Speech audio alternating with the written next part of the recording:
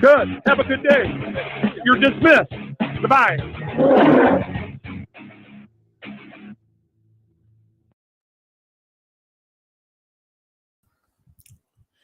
Hello, hello, hello. Happy Tuesday or Wednesday, everybody. What is it? Yeah, it's Tuesday. I said it right. Happy Tuesday, everybody. And good morning. I come across this video just surfing, and I'm disgusted. I am disgusted to the point where I just it makes the human being want to take the rage that builds up that scenes like this generate and just gumble up all their ignorance and all their arrogance and all their supremacy and just boil it up into one big gigantic thing and just blow it up. That's how I feel. I just can't stand the way these people are so. I mean, if you were that willing yourself to come out and throw the baby out with the bathwater just to close a case or just to get answers that you normally wouldn't get, from the average suspect out there. I think it's just an easy conclusion to come up with that these people should not be in the positions and they should be punished for what they do. And they're not. And it's unfortunate. I've been getting up a little earlier, as you see. I come in and do my lives earlier because I'm not feeling good these days. And, you know how it is when you get up and all there is you can't sleep. So you just do your best to be you until it's time not to. Anyway, moving on. This video is very disturbing. When you listen to the narrative, it is a story that's over a half hour long, but I'll be skipping through it. So what we have here, I'll show you the beginning. As people are coming in, what's going on? Adventures with Stinky, John Borders, and Brian. What's going on?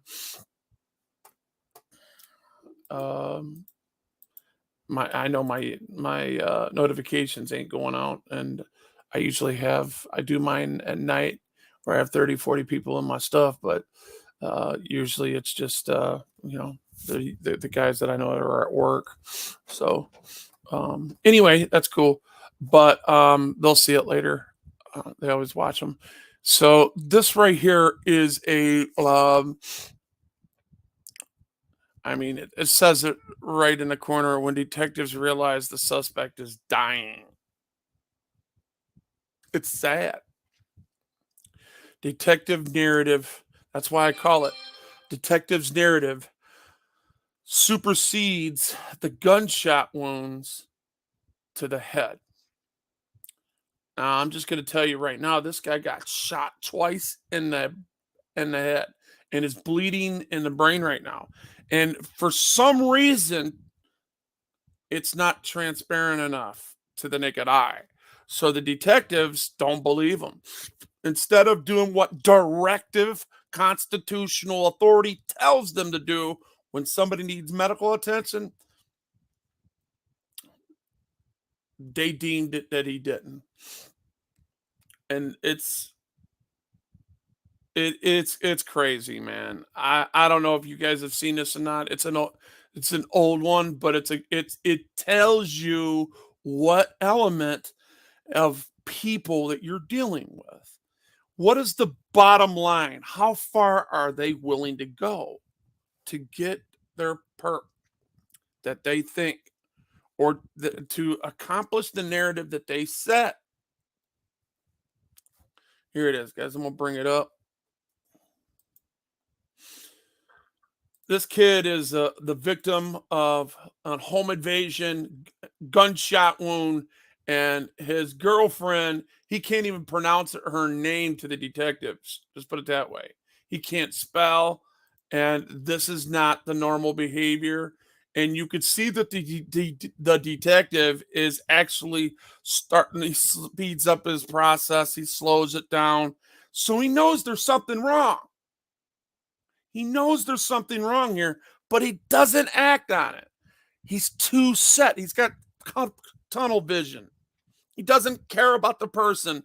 This right here is a victim sitting in front of him in a jumpsuit, treated like a criminal, trying to get him to say something that the physical evidence is already saying, but this bald-headed Nazi's too stupid to figure it out. No, it was a real gun, man. It was just a revolver. If they shot you in the eye with a revolver, you wouldn't be talking to me right now. How do you know? It was most likely you'd be dead. That's what I thought too, man. I really don't know. Captain, you're not going to believe this one. I can't believe it either. You're right. I've already heard the story. I can't believe it. Do you consider yourself a good lie detector? Can you sense when someone is guilty or innocent? What's up, EWU crew? It's the Raven, here to talk about another shocking, interesting, or just strange, but very true story with you. So let me speed it up to... Look over the interrogation footage that has made it famous. Try and decide for yourself what you think really happened, as if you were the detective with only a few facts to go off of. Hey, now, let's get into it. It was Christmas Day of 2006 in Arizona, and the families of 21-year-old Heather Kwan and her boyfriend, 18-year-old Ryan Waller, knew something was very, very wrong.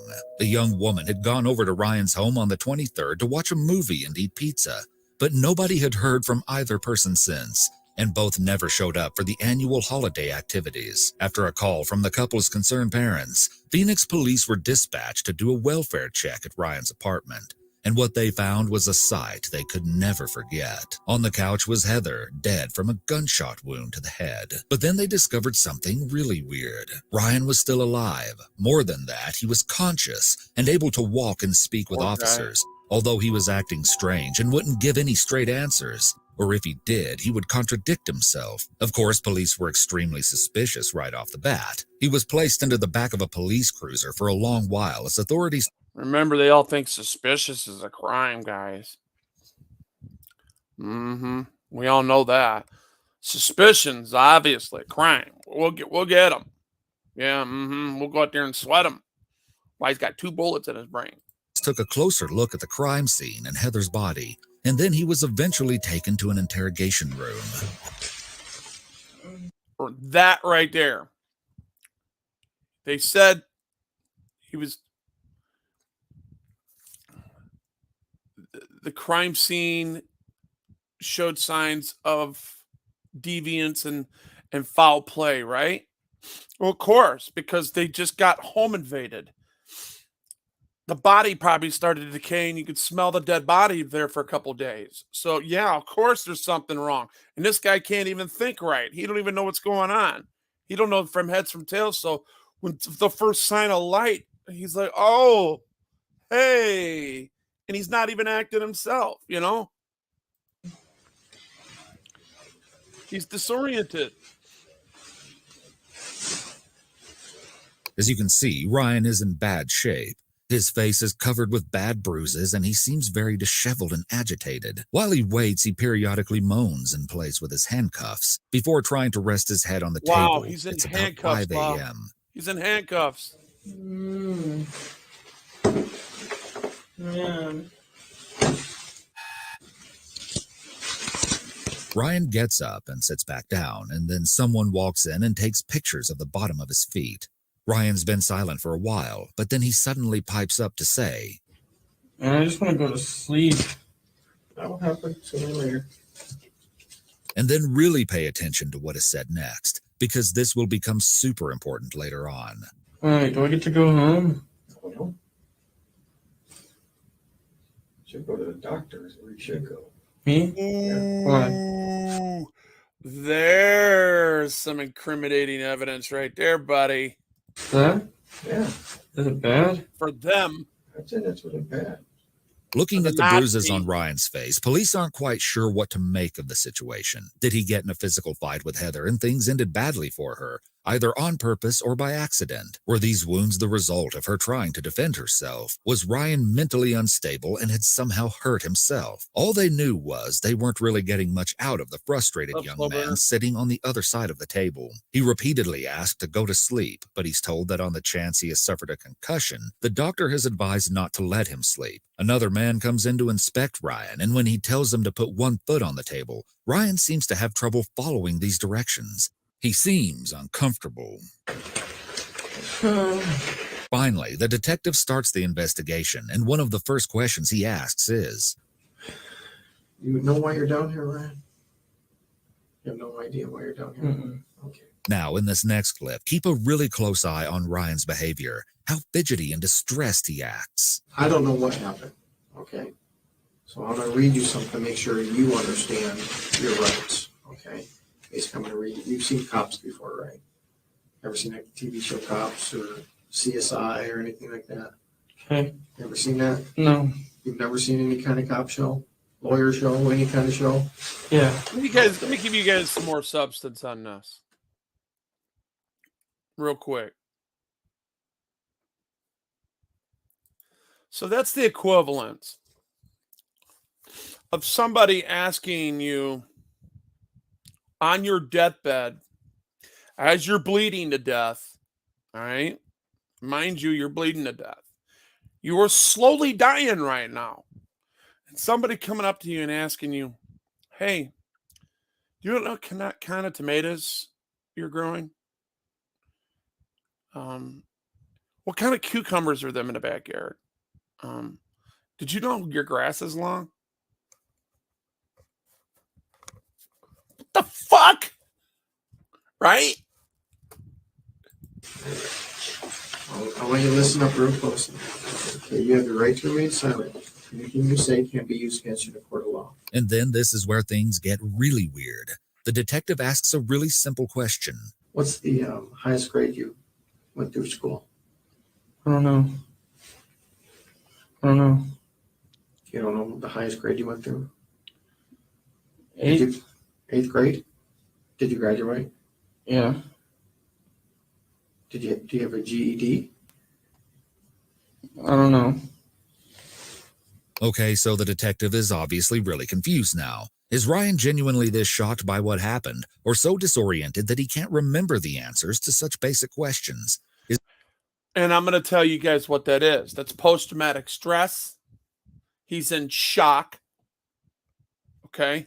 Like any victim would be of the victim of a gunshot wound, let alone of a home invasion. Because remember, when he opened a door, a fist came in with a freaking a pistol and shot him twice in the fucking head. So that behavior is really it's documented that it's normal to be that way if that happened to you. Is the early morning making him irritable, or is he being standoffish for some other reason? The detective is Here we go with they're fighting their own egos inside their head. He's a perp. We want to get it out of him. You know, the narrative is set. They think he's guilty of something. They think he knows something. They think they think that he's a conspiracy, a part of this, and he just doesn't want to say anything. So they're fighting inside their own head the truth, because that's not the truth here. We all know this now. This is in hindsight. We know this is a fact. And this proves our point in the 1A community, that these people right here will do anything to do and get their narrative completed. And they don't give a damn about human life. They are sovereign citizens, and they get away with it every day all across the United States. isn't sure what he's hiding, so he presses on. Do you have a girlfriend?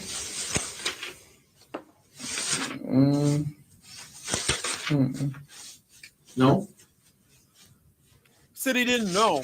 And he's like, You know, I you don't know know. a girl named Heather? Mm-hmm. Do you know Uh-huh. Heather's last name? Mm-hmm. What is Heather's last name? The one that lives there right now? I guess, I don't know. If her name's Heather, what's her last name? Remember, he's been with her several years. I don't know which name she's trying to use as her last one. She's trying to have a real last as her nickname, so I don't know. What nickname does she go by? She probably wants the last name, Kyman. Kyman? How would you spell that? With a K or a C? K? Keep going. I don't know. Ryan is acting like he doesn't even know Heather that well, saying a different last name, mumbling something about her going by different nicknames, and even mentioning something vague about her living there. Scrubzilla. But why is he Continue, speaking buddy. about her so nonchalantly when he was the last person known to be with her, and she was just found dead with him inside of his apartment hours Up earlier? Indiana. How old is Heather? 16 or 17. She a white girl? Yeah.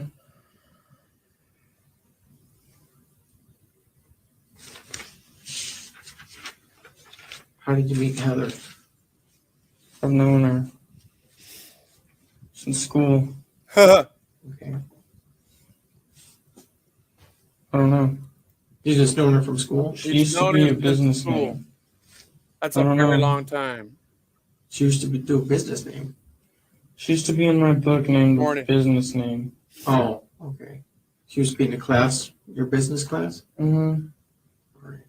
Things are just getting more confusing as this line of conversation goes on, and so the detective tries a more direct approach. What happened to your face?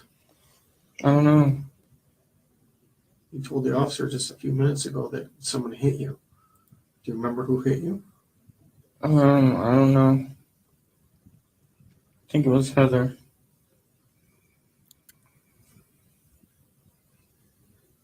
Why would Heather hit you? See, I don't he know. doesn't know anything. It was an accident. I forgot why. His brain What was an accident? is Heather's what I last call, name? this is my personal name for it. It's called brain jiggle. You're all over the place. It's like a cat eating catnip.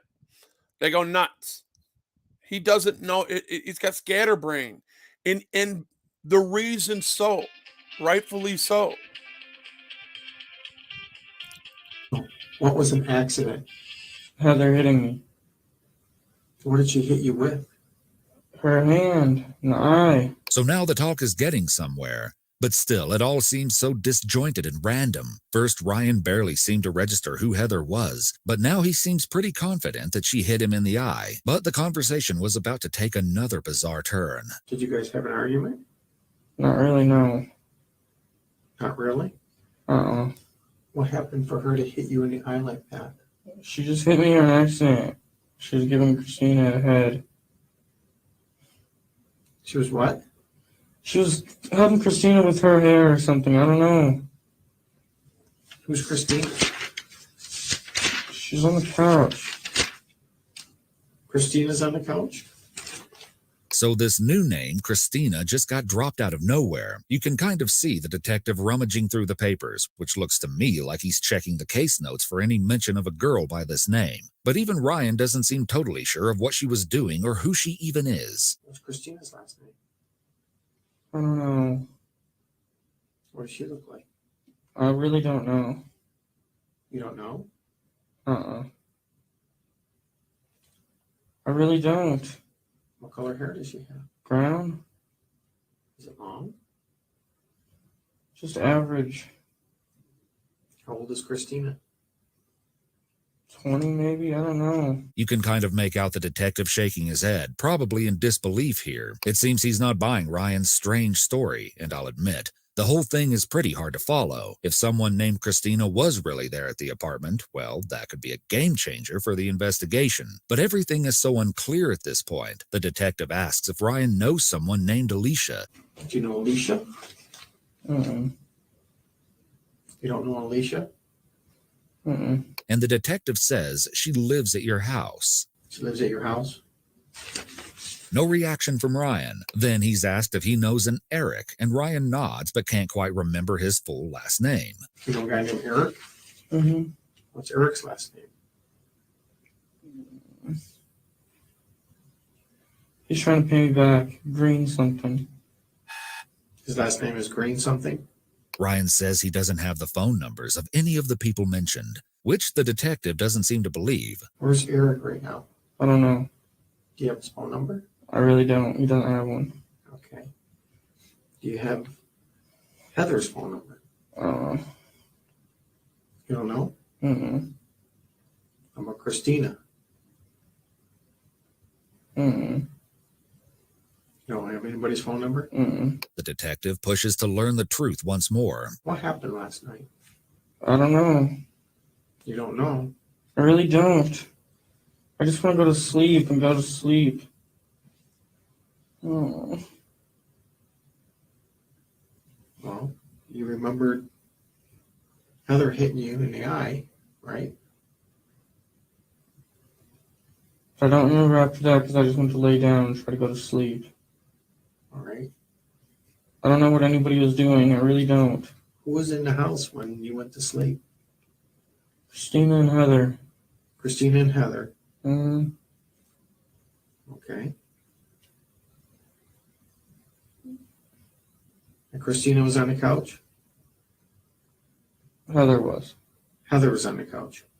You told me Christina was on the couch just a minute ago. I don't know, man. I really don't. I really don't. You just don't know? I really don't, man. Or you don't want to tell me? I really don't know, man. I really don't. I just want to go and go to sleep, man. Well, Ryan, you're not going to go anywhere. So you're probably wondering at this point, how in the world could Ryan have conveniently lost his memory of everything that happened that night? If he had killed his girlfriend in cold blood, why didn't he plan out a better cover story? Was drug use to blame for this crime and Ryan's mind being all over the place? In this next clip, ask yourself, if you were the detective, would you think that Ryan was playing dumb? You know what happened in your house last night? Mm-mm. Why, what happened? I don't know what happened. You're all beat up, right? So tell me what happened. I don't know. I just want to go to sleep, man. That's it. When asked why there's a huge chunk out of his nose, Ryan just keeps emphasizing that he doesn't remember and just wants to go to sleep. Remember what happened to your nose? There's a big chunk out of your nose. I don't know. Someone grab you? Were you fighting with somebody? No, I need to go. I need to go back to sleep, man. I'm just tired, man. That's it. Didn't even do anything. I just want to go to sleep. You remember what time this happened? Your eye? Like 1? Or maybe earlier? I don't know. I don't know. And then something really weird happens. Do you know Eric's girlfriend? Yeah? What's her name? Heather? Eric's girlfriend's Heather? Mm-hmm. Ryan says that Heather is actually Eric's girlfriend. Okay, the detective is super lost at this point. But then, just a few moments later, Ryan again claims Heather is his girlfriend. You're saying that's Eric's girlfriend? Mm-mm. Or your girlfriend? Heather? Yeah. Mine. Heather's your girlfriend. All right. Was Heather over last night? Mm-hmm. All right. And Heather did this to you. What? Your eye. Uh-uh. Okay, who did that to you? Alicia. Alicia did that to you now. Mm-hmm. I swear. I'm not even lying, I swear. Okay. Why would Alicia do this to you? Why? I have no idea. Were you mad at Alicia? No, I don't know why. I don't know why. She probably hit it on something. I don't know. She hit what on something? I don't know. I don't know, man. So clearly these answers are getting less and less coherent, and Ryan doesn't even seem to acknowledge how wildly his story is changing. What's more, I get the feeling that he doesn't even remember or know in the first place that Heather is dead, which is pretty much confirmed by this next clip. Hey, Ryan? Huh? There's a dead girl in your living room. She's dead? Yes. Heather? I don't know. I want to know what happened in your house last night. The girl on the couch is dead? I don't know if she's on the couch. She's dead. Okay, now here's where a huge twist that the detective never expected is about to be dropped, and it's probably not what you're thinking. Let's keep watching. Well, these people came over. Richie and his dad. With shoot and arrow, bow and darts. You know what I'm talking about? Yeah. They hit me and her with those. That's it. And Heather wasn't there. And Eric wasn't there. It was just me and Heather was there. We're now more than 30 minutes into this footage, and Ryan is just now bringing up that 2 people supposedly came to his house with weapons. Well, pay really close attention to this next part, because everything goes from 0 to 100 in just a single second. You and Heather were there. And then what happened? And that's it. Richie and his dad tried to break in through the back. Richie and dad? His dad? Mm-hmm. Who's Richie? I don't know. Well, you obviously know him. You know his name by Richie. He used to live there. Was he a roommate of yours? He used to be. And they hit you and they hit you? Yeah. Now it's Richie that hit you, not Heather? No, Richie and his dad. Richie and his dad. They hit you. Yes. Why? Because they're trying to get their stuff. I don't know why. And they had some kind of bow and arrows? Mm-hmm. They each had 2 revolvers and they didn't let off any shells. Okay, you just said they had bow and arrows. Now they have revolvers? That's what I meant. They had revolvers. They have revolvers. Yes. And then what happened? You can see the detective's shock, disbelief, and apprehension here. First, the girl accidentally hit Ryan in the eye, and now 2 men with revolvers broke in and shot at the couple. Although not much is making sense, the detective is now highly alert, and what Ryan says next turns this case upside down. I'm just going to let these next few moments play out without interruption, because they are by far the most important in the entire footage. And then they shot us with those. They shot both of you? Yeah. Where'd they shoot you at? I got shot in the eye. You got shot in the eye I think so. with a revolver. I think. I don't know, man. I don't know.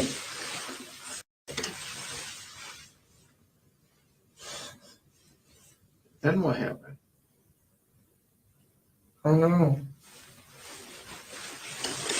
You don't know a lot, Ryan. I don't, man. I really don't. Did you shoot Heather? Mm-mm. I heard you have a lot of guns in your house. Mm-mm. No? Mm-mm. Well, you know we're going to look. Mm-hmm. Ryan, why don't you tell me what really happened there? Because I don't believe... I really don't know, man. I really don't. I don't know. I can tell you anything, I swear. I want you to tell me the truth. That's all I want from Richie you. and his dad came there. And I don't know why. I don't know why, but they put me in sleeping hold. And, like, they put me in sleeping hold with the arrows and shit. Like, I lived through that crap. Okay, they put you in a sleeping hold? Yeah. What is that? I don't know. I don't know. I really don't. I don't know, man. You're telling me they put you in a sleeping hold. What is a sleeping hold? I don't know. Well, explain it. really don't know. It's coming out of your mouth. Explain that to me. What's a sleeping hold? I really don't know, man. I really don't. I really don't know. Okay. You're telling me you're all over the board here, number one. You're saying bows and arrows, you're saying revolvers, and you're saying some other thing, and you're saying they shot you in the eye. Okay? They shot you with a revolver in your eye. Yes. And that's Is it it. a BB gun? No, it was a real gun, man. It was just a If they revolver. shot you in the eye with a revolver, you wouldn't be talking to me right now. How do you know? It was most likely you'd be dead. That's what I thought too, man. I really don't know. Okay? I really don't know, and I just want to go back to sleep and try to go back to bed. You're not going back to bed. Okay? That's not going to happen. Alright, but what happened, man? What do I gotta do? Just tell me what I gotta do. Get your feet off my chair is number one. Number two, what happened to Heather? I don't know, man. I really don't You're know. now saying Richie and his dad shot Heather. Mm-hmm. Is that true? Yes. And they shot her with a revolver. Yes. And did not use any gun. They came with those guns. Mm-mm. And they came through the where? They were breaking Through in? the back. Through the back? By your door, or is there another door? Through the back door. Through the back door? Is that off the kitchen? Mm-hmm. And why would they come on Christmas Day? I don't know. I really don't know. Really don't know. Did they break in, or did you let them in? I let them in, And then what happened? and they started shooting up the house. With the gun? Mm-hmm. Okay, and then what happened? That's it. What happened to Heather? Heather got shot Where did she get shot? inside the face once. She got shot inside of the face? Mm-hmm. How close were you to her when she got shot in the face? It was after I got shot, so I didn't even hear anything. So you got shot first, Uh-huh. and what happened? Did you fall to the ground? Yeah, I was trying to get up and I couldn't. I don't Okay. know. And then she got shot? Mm-hmm. What did you do? Nothing. Did you call 911? Uh-uh. Did you see if she was alive? She was sleeping still, and that's it. I just let her sleep. She got shot in the side of the face, and you let her sleep? Yes. This does not make sense, Ryan. I know, I didn't mean to, man. I'm sorry. I didn't know she was passing out. That's because I got shot wrong once, too, and I was going to pass out. Okay, this is now, not before. I don't know. You're saying right now you've been shot Yes. in the eye Yes. with the revolver. Yes. All right. Okay, so that was a lot of very shocking information. What do you think? Is Ryan telling the truth? If you were the detective in this moment, would you believe his story? This is the first time he's hearing about anyone named Richie or his dad, and he doesn't quite know what to make of it. But after that, Ryan really starts to break down. Ryan, you need to start telling me the truth because your story doesn't make sense. I'm trying, man. I don't know. Just ask me anything and I'll tell you the truth. Just ask me. Well, I'm trying to, and you're not even coming close to the truth. Go ahead, ask me. What happened with you and Heather last night? Her dad came and shot the house.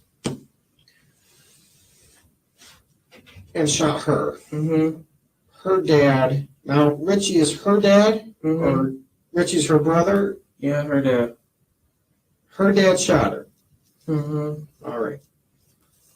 And then leaves. Mm-hmm. And what did you do? I tried to go back to sleep. After you've been shot Mm-hmm. in the eye, Mm-hmm. you didn't know enough to call 911. Mm-mm. Why didn't you call 911? Because I was just trying to go to sleep. That's it. You just saw Richie's and his dad shoot your girlfriend, and you just felt like you needed to go to sleep? Something like that. I don't know, man. I really don't. Ryan, look at me. Ryan, Yes. I don't know, man. I really don't why know. did you shoot Heather, Ryan? I didn't shoot Heather. She was already shot once by her brother, I swear. Richie. Yes. Richie shot his own sister. Yes, I swear. That's it. Sit down. Not me. And you've been shot in the eye. Yes. That's it. Put your feet off my table, please. My feet hurt, man. I don't know why. Get them off my table. So up until this point, it seems like the detective held little stock in Ryan's newest version of events. I mean, a story about getting shot in the eye and living to tell the tale just a few hours later is a bit outlandish. But as Ryan continues to give confusing answers and display increasingly erratic behavior, the detective finally takes a closer look at his wounds. Let me see your nose. Put your legs down. Put your legs down. Bring your face closer. Oh, my head hurts. Okay. Yeah, be right back. After this abrupt exit, the man returns with a totally different demeanor. He's worried. He tells Ryan that someone is going to check him out to make sure he's okay. Hey, Ryan, Yes. I got the fire department coming to take a look at it. They're going to probably take you to the hospital. You taking me to the hospital? Yeah, we're going to take you to the hospital. Why? Well, if you've seen your face and the way you're doing things, it doesn't make sense right now, okay? We're just going to make sure you're okay. I just want to go back to bed, man. Well, that's the problem. If you have some kind of head injury, you shouldn't be sleeping, okay? Well, sit down. There you go. As the two wait for help, Ryan basically repeats his story about the shooting, saying that he just wanted to go to sleep after being shot in the eyeball. I think I only got shot once in the eyeball. And then you just wanted to go to sleep? Huh? Soon, others enter the room to take a closer look at Ryan. I believe it's the detective saying, "You're not going to believe this one." Captain, you're not going to believe this one. I can't believe it either. You're right. I've already heard the story. I can't believe it. This is just my observations that this might be an entrance, this might be an exit, this might be into his eye. And he's acting like he has a serious head injury, which would make sense. So now all the puzzle pieces are starting to fall together. A single explanation appears that nobody would have expected in a million years, and it's one that they probably hope isn't actually true. That's because if Ryan really had been shot in the head, that would mean that they neglected to get him proper medical treatment while he waited in the police car and underwent this lengthy interrogation, which, when all was said and done, allegedly added up to about 6 hours. 6 hours where Ryan would have been sustaining permanent brain damage. 6 hours where he could have gotten help, but instead was getting worse. Well, spoiler alert, it was true. Ryan had actually been shot in the eye, and his account of the break-in and shooting by a man named Richie and his dad was 100% real.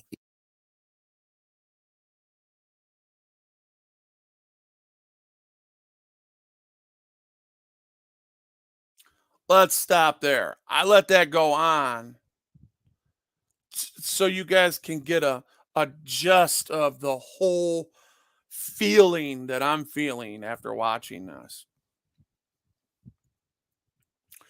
Now you want to feel sorry for him? Now you want to concede that there might be some problems? Hours have went by that this man cannot get back. His brain was bleeding the whole effing time.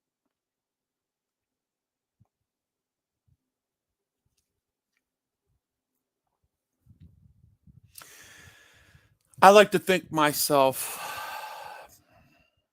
as a Christian, as a man that loves the Lord and loves life that He's given us. Our alienable rights, which is called our unalienable rights, right? Were written by God and not man. That's why we have these rights, or otherwise those Nazis would be tearing us apart. And they're going to one day, because they're going to defy that God again. They're on their way towards the defiance. So God always wins. You're not going to counteract human or the Mother Nature that God has created. You're just not going to. You can't predict it. You can't do nothing. If you even look right here, I'm going to show you something. Just like electricity, and it runs with my point. You see that part right there, where that literally went down to about like nothing. Damn, I don't know if it's going to catch it or not. I don't think you're going to get a good sight of it. This part right here. Damn, the background's fucking it up. There's a line right there. That's what it went down. You see that line? There it is right there. See that? That line right there is where electricity was went down to nothing. And then boom, came out the back of my arm, shot back into my back, and came in and went up and blew the back of my head out. All right? It's unpredictable. Mother Nature is unpredictable. You can't control it. They say they could see it coming. Oh man, this thing is not. There we go. They say they could do these things. They say that they could predict these things, but it's all overrated. Everybody knows it's overrated. All that stuff's overrated, man. And I'm telling you, the things that we see here and the things that are playing out, doesn't matter. See, that's why I don't judge people or look at myself and my significance just because I have so many followers. Subscribers don't mean nothing. The majority, heck, I just got off the phone with the guy that's got a bunch of subscribers that y'all respect. And he doesn't measure his penis by the amount of subscribers that he has. And he was calling all those other guys that have even more than him, where they're into 400,000 or 500,000 subscribers. He was calling them out too because they're all full of shit. That's what makes us all fall. We're all tyrants. I've been telling you that until we get a code of conduct and we're paid to do the right thing. And when we don't, that's when the mob could come in and hold you accountable. When I say the mob, I mean, I speak true. I'm facts. I'm straight to the, I'm a meat and taters type of dude. If you don't see that, and if you don't know now, you know. Straight to the point. These people are not who they say they are, and we are all full of flaw. The good, the bad, the ugly. 2/3 of us is negative. The spirit inside of us has to come out and say, we're better. I'm better than this.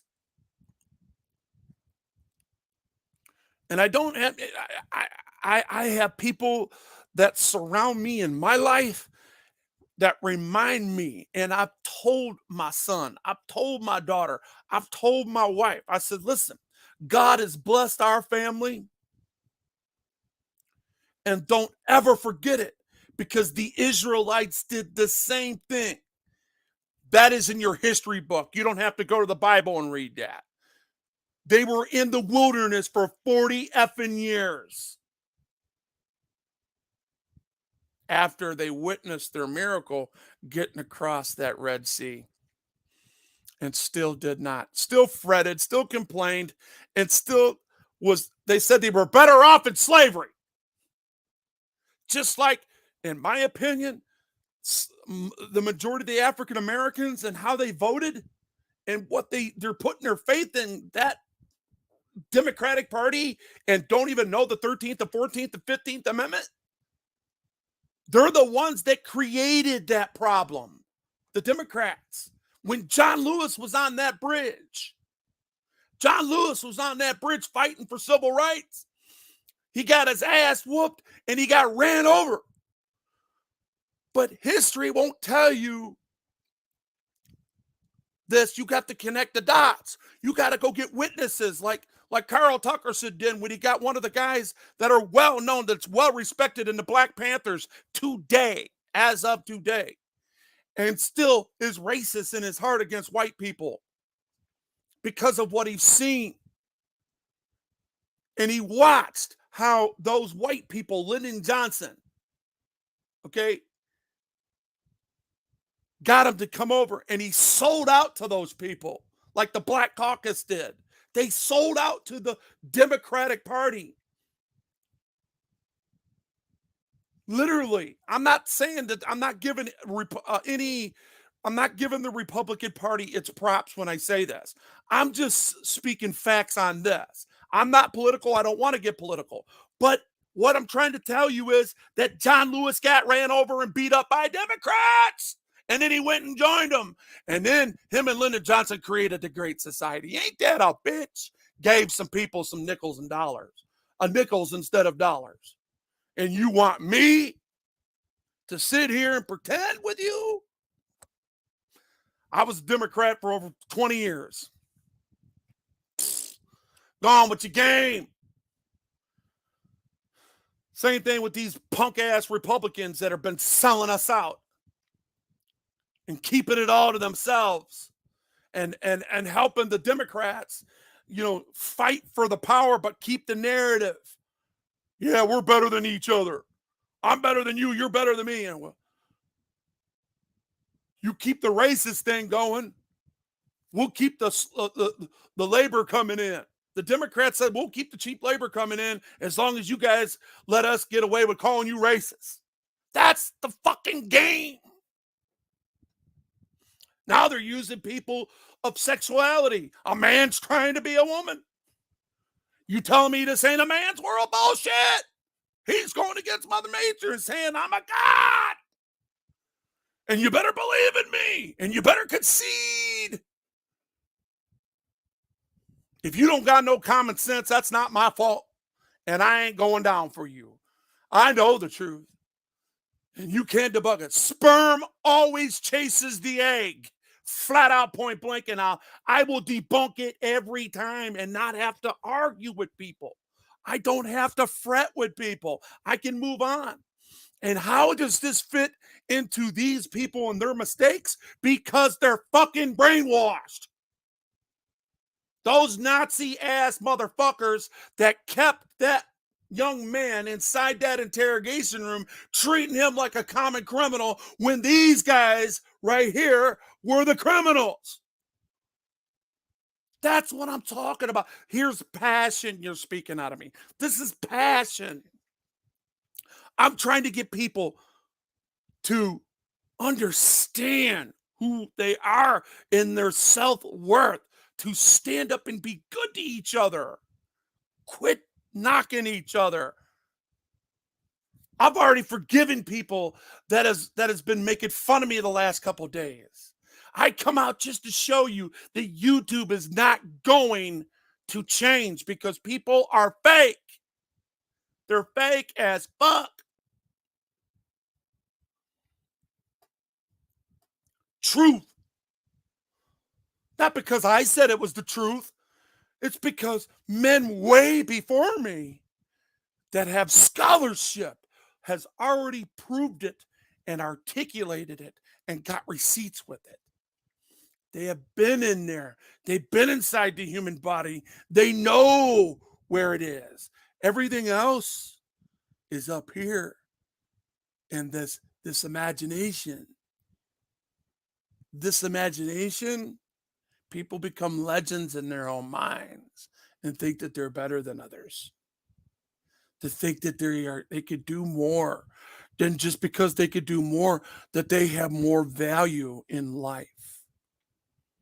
I'm going to tell you what our Maker said about that. Who is last becomes first, and who is first becomes last. Moving on. So we know the criminals, right? Let's listen a little more. Even if he couldn't exactly get the details straight due to his injury. Were there guns around? This kid Eric did it. I don't know how he did it exactly. Look how they're sweating Might them. have been Look at this. Look at this right here.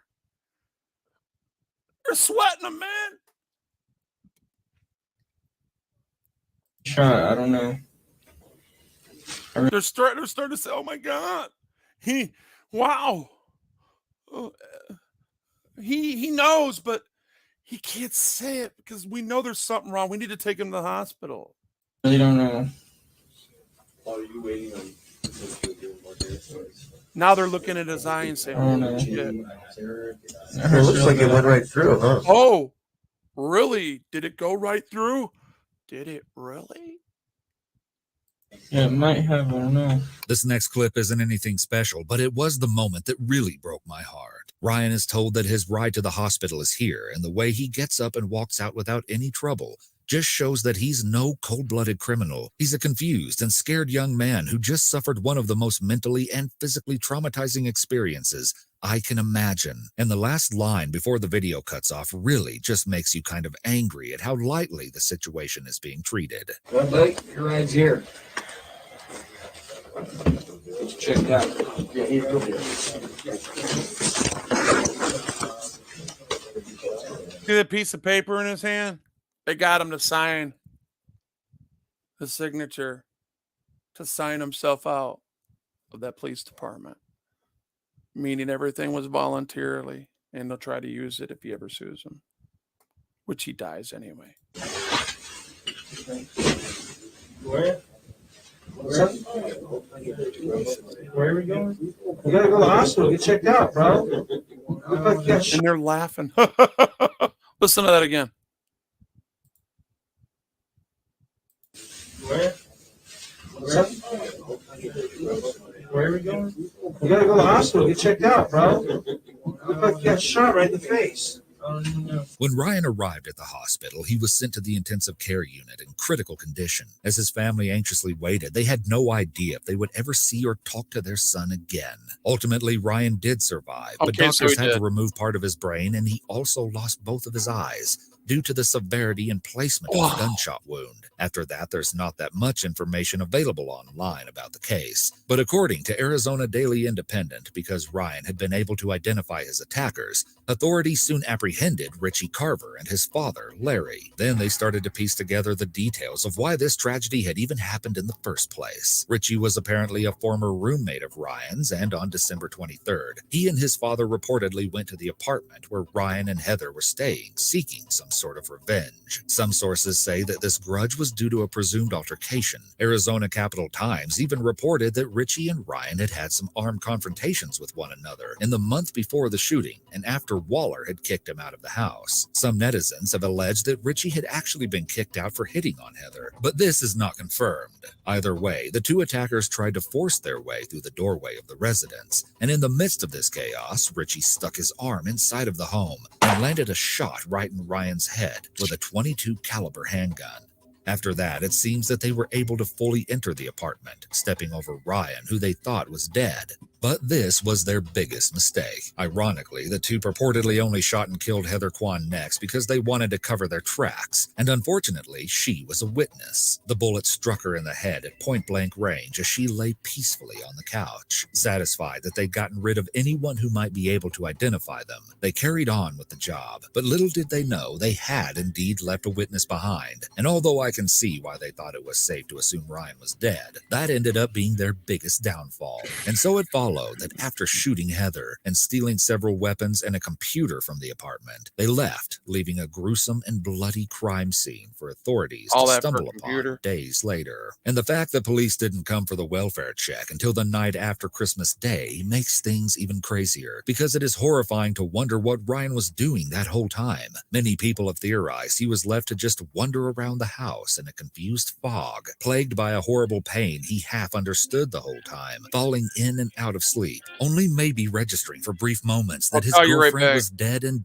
I'll call you right decomposing on back. the couch next to him. Richie Carver ended up being convicted in June 2008 of felony murder, burglary, aggravated assault, and misconduct involving weapons, and he was sentenced to a term of natural life. But here's where things get extremely frustrating. The case against his father Larry was actually dismissed. Sources say the case against him was based in large part on confessions he had allegedly made to his wife, and so after she chose to invoke her marital privilege and refused to testify against her husband, there was nothing officials could really do besides dismiss the charges. Wow. But don't get too angry yet, because one good thing actually came out of all of this. Heather's family fought for legislature to enact what would become known as Heather's Law. This amendment would provide an exception to the marital communications privilege if one spouse had voluntarily provided law enforcement with information about their spouse's involvement in a serious crime. But just establishing the law wasn't enough, and it still had to be battled out in court to make sure it could be applied retroactively to Larry Carver's case. Luckily, they won.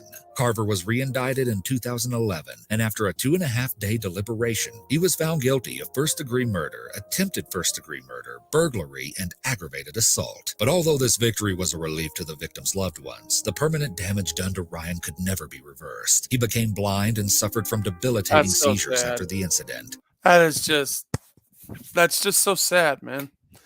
And all because of a narrative. It makes you think, if they just would have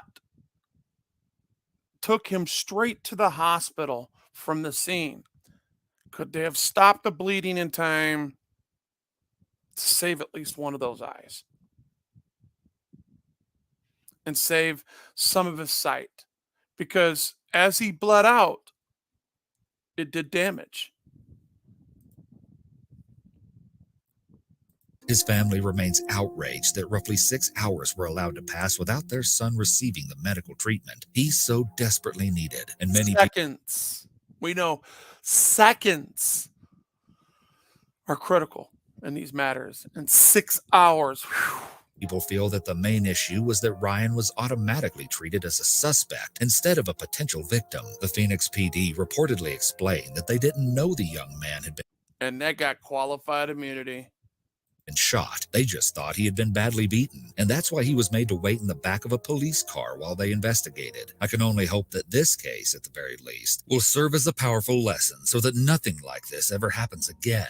Sadly, a YouTube channel called The Waller Family, believed to be owned by Ryan's loved ones, shared in January of 2016 that Ryan passed away from a seizure as a direct result of being shot in the head. The post reads, "R.I.P. Ryan. I love and miss you so much. Dad." On another one of their videos, the Waller family account shared some truly disturbing details when they alleged my son Ryan had been shot twice in the head. The first bullet went in through the tip of the nose on the side, then came out of the other side near the bridge, then went in through his eye, shattering his orbital bone, sending 6 pieces of bone socket along with the bullet into his brain. He was then shot in the side of his head over his ear, but that bullet just took a piece of his skull away, but did not enter his brain. That's Altogether, he had 4 bullet holes in his face and head. The holes were very visual.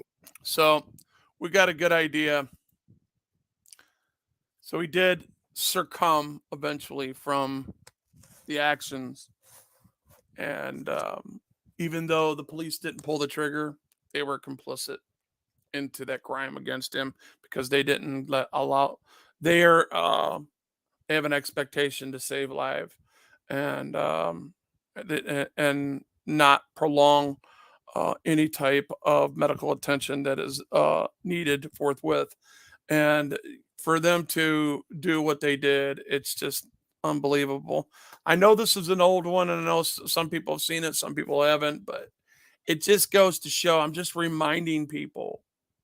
You know what I mean? I'm just reminding people how it's really cut, you know, and how these people are just fake, just like anybody else, but nobody's holding them to the money, to the contract.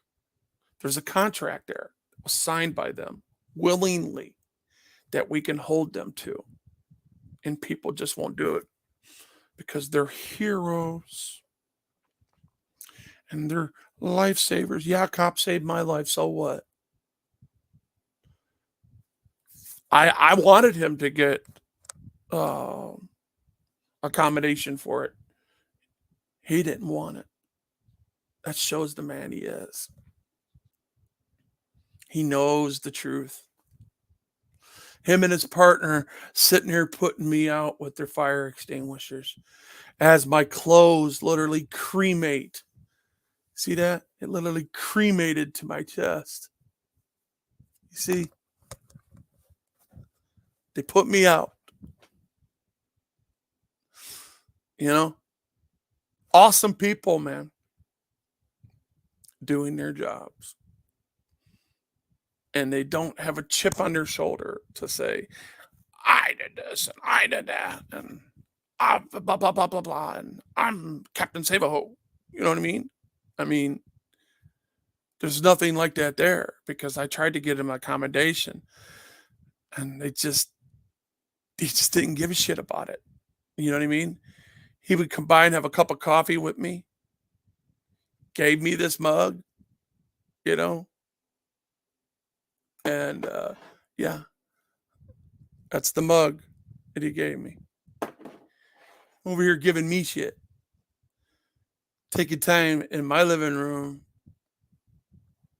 That was like 9 years ago, but anyways, it's the least I could do is have a cup of coffee with the guy that, you know, saved my life. And I wanted to do more, but I can't say what I wanted to do, but they would not take that, and they showed their integrity there in my view. But that still does not mean that I am not going to commit myself to what I know is the truth, which other police officers make Joe Sparks look like shit. They stain the badge. They stain the badge with their actions. And with that, you guys have any other factors or comments below? Leave it in the comment section. Have a good day. God bless. I'm going back quiet right in the mail.